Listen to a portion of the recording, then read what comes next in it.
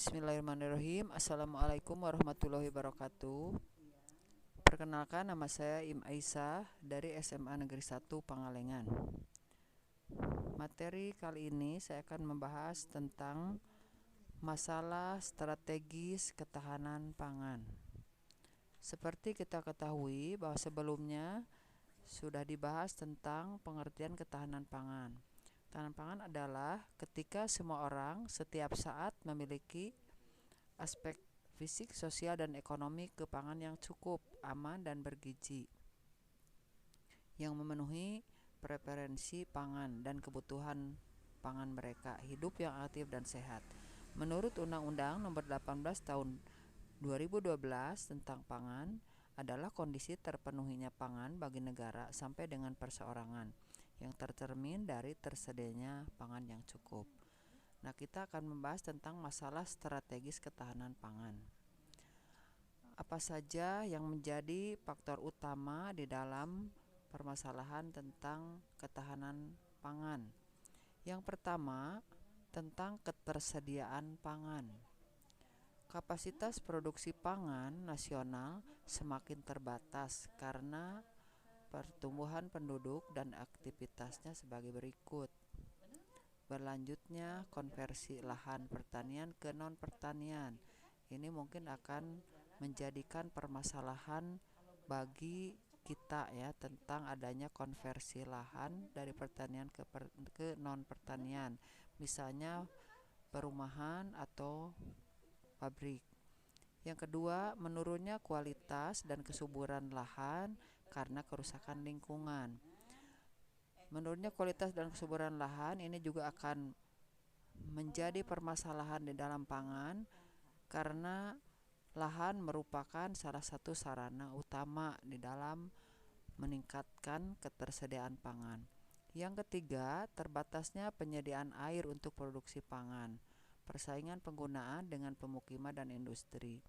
Nah, air sekarang sudah menjadi sumber daya alam yang mungkin tidak bisa diperbaharui karena air itu akan habis persediaannya, mengingat terjadinya persaingan antara pemukiman penduduk dengan industri, sedangkan jumlah air mungkin tetap tidak bertambah ataupun berkurang.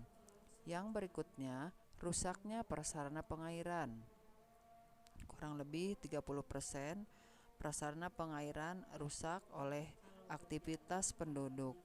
Yang berikutnya, 10% proporsi kehilangan hasil padi, proses produksi, penanganan hasil, dan pengolahan. Artinya, hasil pertanian padi terutama ini 10% berkurang atau hilang karena penanganan hasil dan pengolahan. Yang berikutnya, yang kedua adalah distribusi pangan. Belum memadainya prasarana distribusi darat dan antar pulau untuk menjangkau seluruh konsumen. Seperti misalnya masalah transportasi darat ataupun air antar pulau, contohnya misalnya karena kondisi iklim, karena kondisi yang lain, mungkin sarana dan prasarana angkutannya ini akan menjadikan penghambat pada distribusi pangan. Yang kedua, belum berperannya lembaga pemasaran hasil pertanian. Contohnya hasil pertanian itu belum maksimal dipasarkan dan sulit memasarkan mengingat mungkin sarana-sarana yang lainnya. Yang ketiga, masalah keamanan jalur distribusi dan pungutan yang mungkin akan timbul. Biasanya karena keamanannya kurang di perjalanan, adanya pungutan yang liar yang mengakibatkan orang yang mengangkut hasil pangan tersebut mengalami kesulitan. Yang ketiga, konsumsi pangan. Konsumsi pangan tergantung kepada jumlah penduduk suatu wilayah atau suatu negara. Sebagai contoh, di Indonesia konsumsi beras per kapita masih tinggi, antara lain 141 kg per tahun, terdiri atas 120 kg per kapital per tahun. Kemudian industri pengolahannya 21 per kapital per tahun.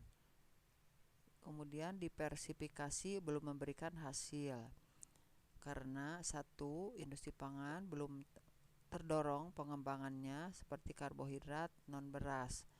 Di Indonesia khususnya yang menjadi bahan pokok itu mayoritas masyarakat itu membutuhkan beras, padahal yang disebut atau kategori pangan atau yang butuh karbohidrat sebetulnya banyak yang non beras, tetapi karena sudah mungkin tradisi atau kebiasaan masyarakat kita bahwa yang disebut dengan makan itu adalah menggunakan bahan pangan yaitu beras. Yang kedua, terbatasnya pengetahuan masyarakat tentang pola konsumsi pangan dan gizi yang seimbang. Ini diibaratkan bahwa masyarakat itu makan makanan yang disebut bergizi ataupun 4 sehat 5 sempurna itu kurang memahami. Ternyata lebih banyak menghabiskan konsumsi pangan dalam bentuk beras dibandingkan konsumsi sayuran dan lain-lainnya. Yang ketiga, perubahan budaya dengan peningkatan porsi makanan jadi berbasis tepung gandum dan makan di luar rumah. Nah, ini juga konsumsi pangan ini menjadi budaya, ya, terjadi perubahan budaya pada masyarakat kita, meningkatkan porsi makan itu di luar rumah sehingga mungkin biaya bisa lebih tinggi dan orang bisa tinggi untuk mengkonsumsi pangan tersebut. Nah, kemudian berikutnya strategi mewujudkan ketahanan pangan. Ada 2 strategi dalam mewujudkan ketahanan pangan. Yang pertama, membangun ekonomi berbasis pertanian dan pendapatan untuk menyediakan lapangan kerja dan pendapatan.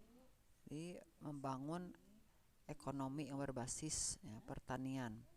Ini pertanian karena di Indonesia sebagai negara yang dikatakan negara agraris, maka pertanian ini perlu ditingkatkan dan juga meningkatkan pendapatan masyarakat.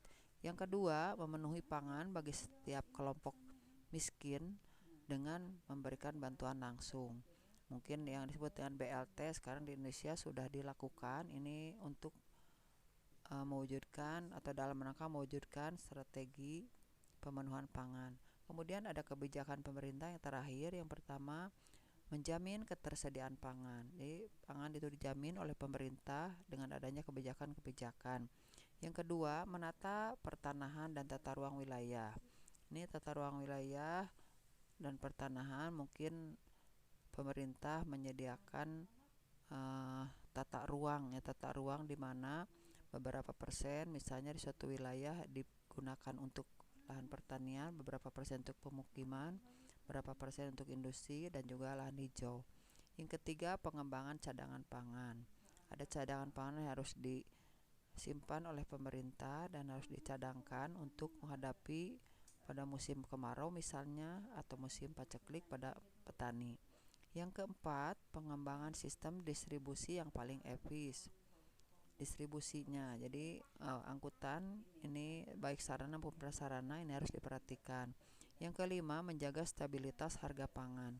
Harga pangan diupayakan stabil, jadi kalau turun tidak turun ataupun naik tidak terlalu tinggi karena pangan di Indonesia merupakan faktor yang utama untuk kelangsungan hidup baik itu masyarakat maupun secara individu.